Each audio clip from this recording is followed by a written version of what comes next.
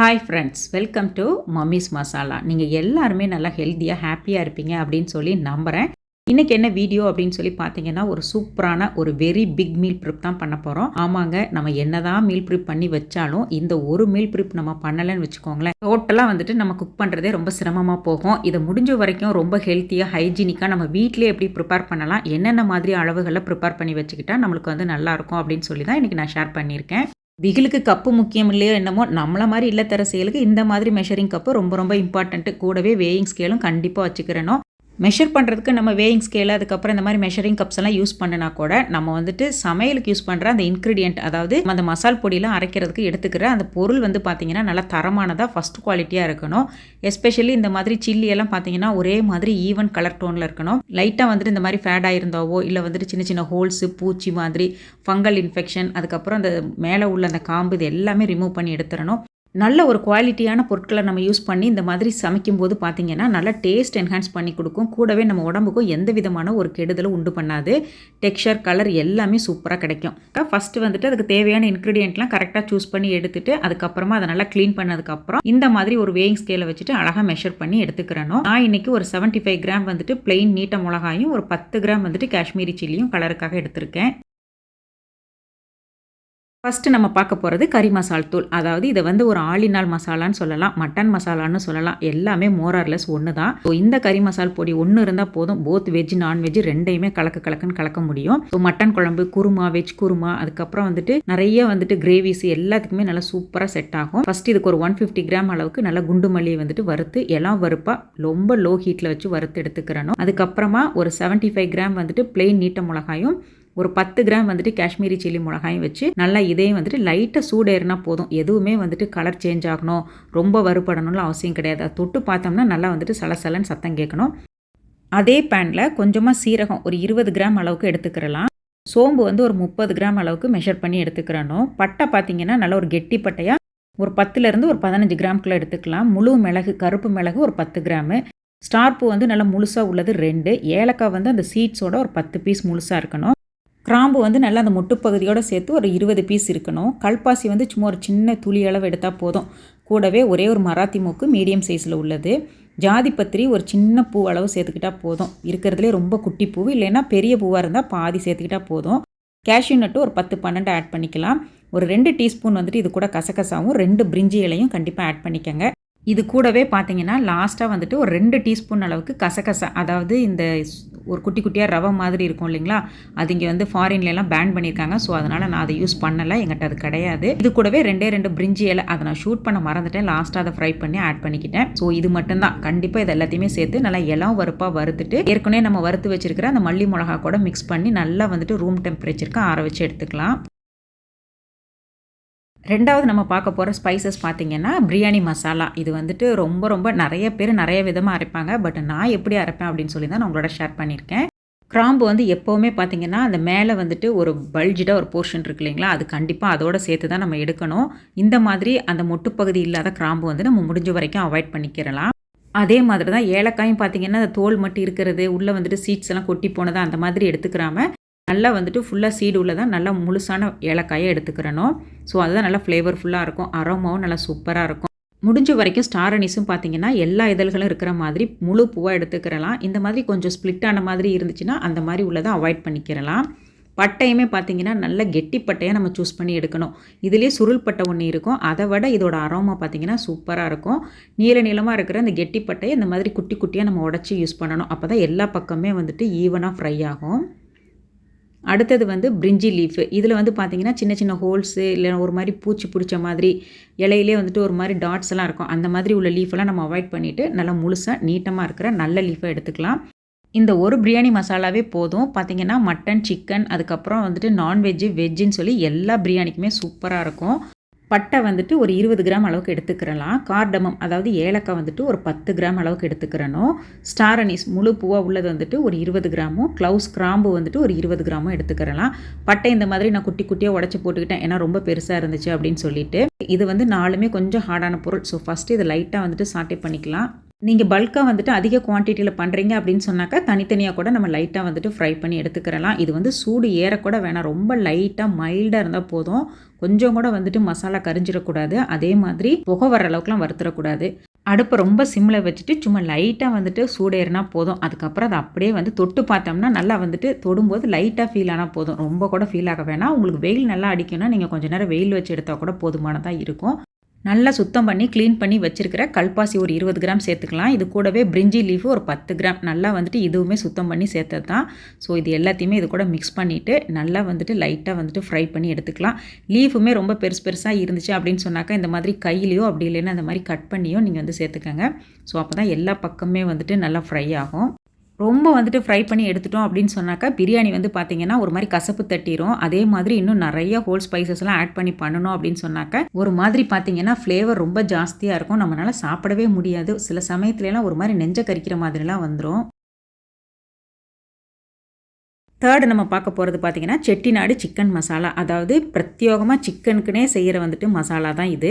Chicken masala, chicken Manchurian, chicken chilli, chicken gravy, chicken குழம்பு, சிக்கன்ல நீங்க என்னென்ன பண்றீங்களோ அது எல்லாத்துக்குமே இந்த மசாலா யூஸ் பண்ணலாம். ஸோ ரொம்பவே வந்துட்டு சூப்பரா இருக்கும். இது பேன் நல்லா சூடானதுக்கு அப்புறமா சிம்ல போட்டுட்டு மல்லி வந்துட்டு ஒரு 3 டேபிள் ஸ்பூன் அளவுக்கு எடுத்துக்கலாம். சில்லி வந்துட்டு ஒரு 8 சில்லி நல்லா நீட்ட மிளகாய எடுத்துக்கிறணும்.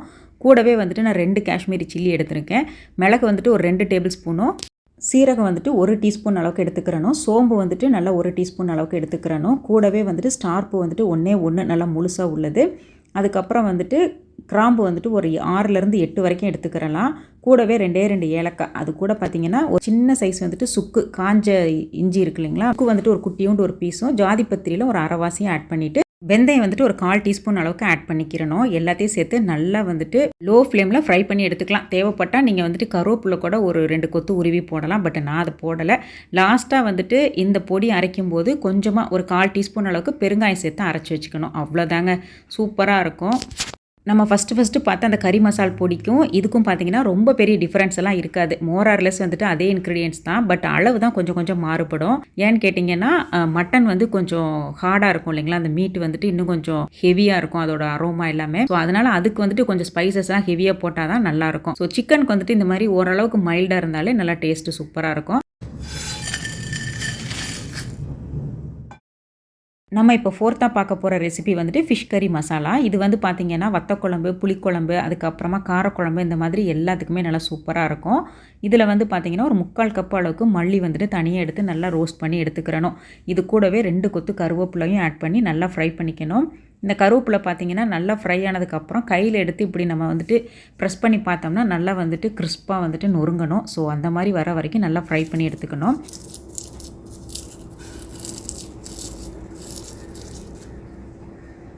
மல்லியும் கருவேப்பிலையும் நல்லா வந்துட்டு ஃப்ரை பண்ணதுக்கு அப்புறமா அது ஒரு பிளேட்டுக்கு நம்ம ட்ரான்ஸ்ஃபர் பண்ணிக்கலாம். இது நல்லா வந்துட்டு ஆறட்டும்.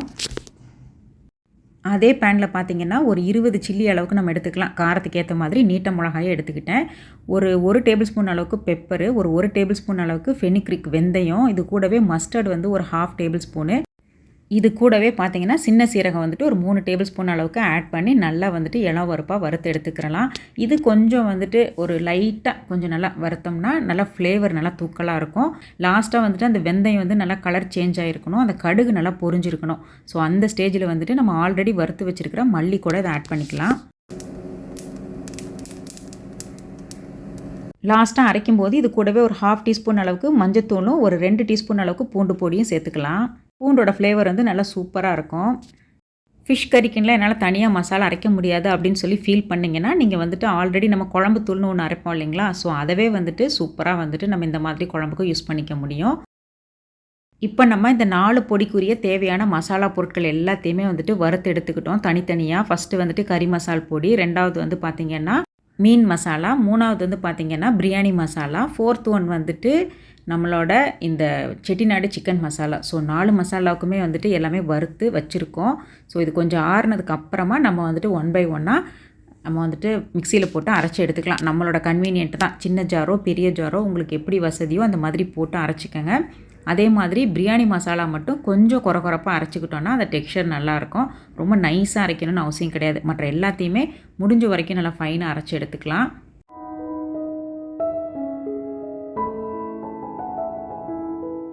நான் யூசுவலாக பார்த்தீங்கன்னா, நான் வந்துட்டு குழம்பு மிளகாத்தூள், மஞ்சத்தூள், அதுக்கப்புறம் அந்த தனி மிளகாத்தூள், மல்லித்தூள் இந்த மாதிரி பேசிக் மசாலா ஐட்டம் எல்லாமே பார்த்தீங்கன்னா, நம்ம இயர்லி ஒன்ஸ் அப்படி இல்லைன்னா ட்வைஸ் வந்துட்டு ஊருக்கு போவோம் இல்லைங்களா? ஸோ அந்த டைமில் நல்லா வந்துட்டு கழுவி, வாஷ் பண்ணி, வெயிலில் காய வச்சு, நல்லா பேக் பண்ணிட்டு எடுத்துகிட்டு வந்து இங்கே ஃப்ரீசரில் ஸ்டோர் பண்ணிக்குவேன்.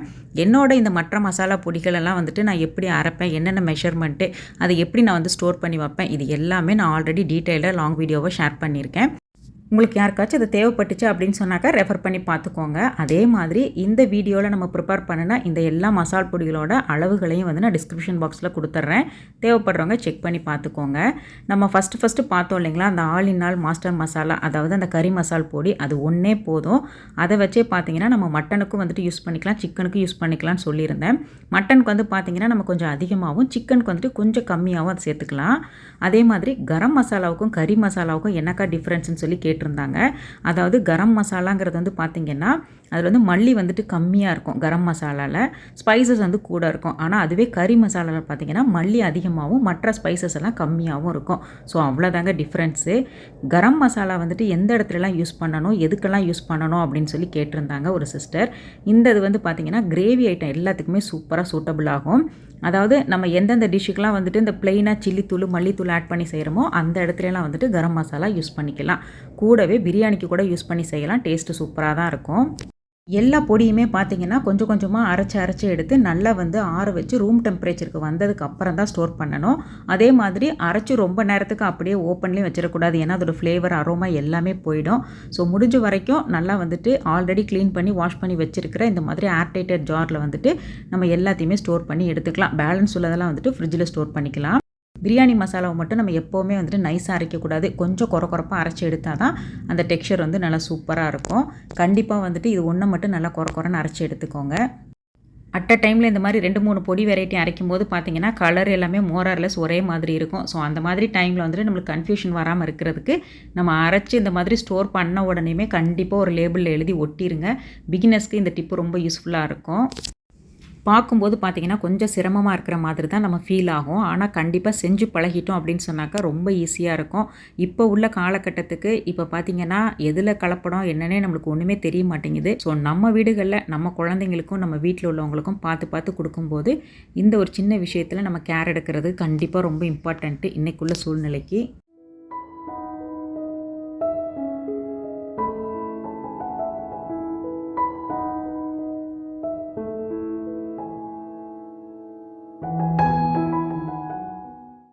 அக்கா நீங்கள் எப்படி இந்த மாதிரி மசாலாஸ்லாம் ப்ரிப்பேர் பண்ணுவீங்க, ஹோம்மேட் மசாலாஸோட ரெசிபிஸ்லாம் ஷேர் பண்ணுங்கள் அப்படின்னு சொல்லி கேட்டிருந்தீங்க. ஸோ அந்த சகோதரிகளுக்காக தான் நான் இதை வந்து ஷேர் பண்ணியிருக்கேன். ஏதோ எனக்கு தெரிஞ்சது நான் எப்படி பண்ணுவேன் அப்படின்னு சொல்லி பண்ணியிருக்கேன். ஸோ இதை விட நீங்கள் சூப்பராக கூட பண்ணலாம். அப்படி இருந்துச்சுன்னா மறக்காமல் கமெண்ட்டில் எனக்கு ஷேர் பண்ணுங்கள்.